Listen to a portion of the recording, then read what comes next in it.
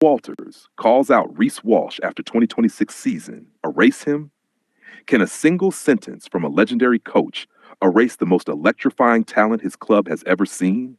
It was meant to be a celebration. Lang Park, Brisbane, late September 2026. The Broncos had just been crowned premiers for the first time in 20 years, the sky exploding in maroon fireworks, 52,000 voices roaring as one. Reece Walsh, the golden child of Queensland Rugby League, stood on the dais clutching the Proven Summons trophy, tears cutting clean lines through the champagne on his cheeks. Please like, share, and subscribe for more Sport Talk content. But as the team song faded and the cameras pressed closer, Kevin Walters, the man who had bled for this club as a player and bled again as its coach, took the microphone one last time. His voice was quiet at first, almost paternal. Then it cracked like a whip across the night. "I love Reece Walsh the person," he said, pausing while the stadium held its breath.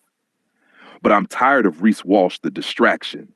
If he can't grow up, maybe it's time we move on without him." 52,000 people fell silent. You could hear the distant traffic on Coronation Drive. Walsh stood frozen, the trophy suddenly heavy in his arms, his smile collapsing into something raw and childlike. The moment was cinematic in its cruelty. The coach who had once carried the number 6 on his back, the architect of this Premiership miracle, had just publicly drawn a line in the sand. And Reece Walsh, the kid he once called my son, was on the wrong side of it. Walters didn't shout. He didn't need to. The words were measured, almost sorrowful, but they landed like a front rower's shoulder charge. They weren't about drop balls or missed tackles. They were about midnight phone calls, about headlines that had nothing to do with football, about a 24-year-old superstar who still sometimes behaved like the teenage runaway who first walked into Red Hill with nothing but a dream and a chipped tooth.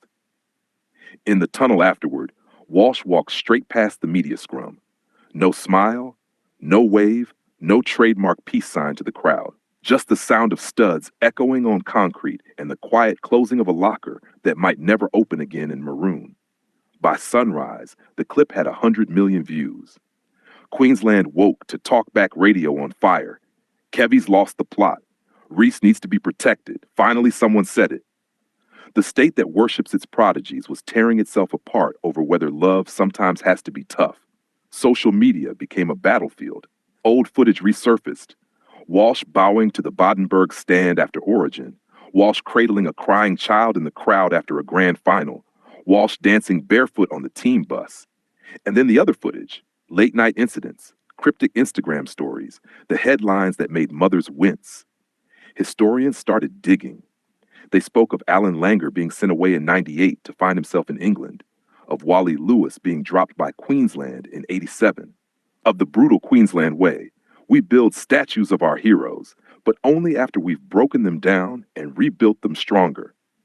In press conferences that week, Walters never backflipped.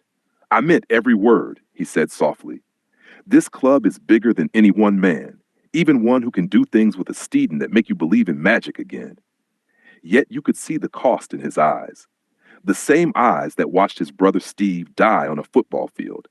The same eyes that cried when he lifted the trophy the night before. Kevin Walters had just risked everything he'd spent 6 years rebuilding. His relationship with his best player, the goodwill of a state, maybe even his job, for one brutal moment of truth.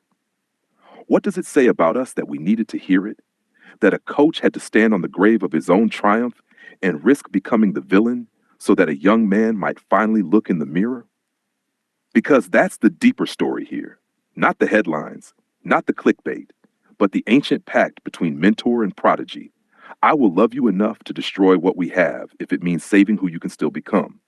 Reece Walsh hasn't spoken publicly since that night, but those close to him say he hasn't left the gym, that he watches the clip on repeat, that he cries, then trains harder, then cries again. 2 weeks later, a photo leaked.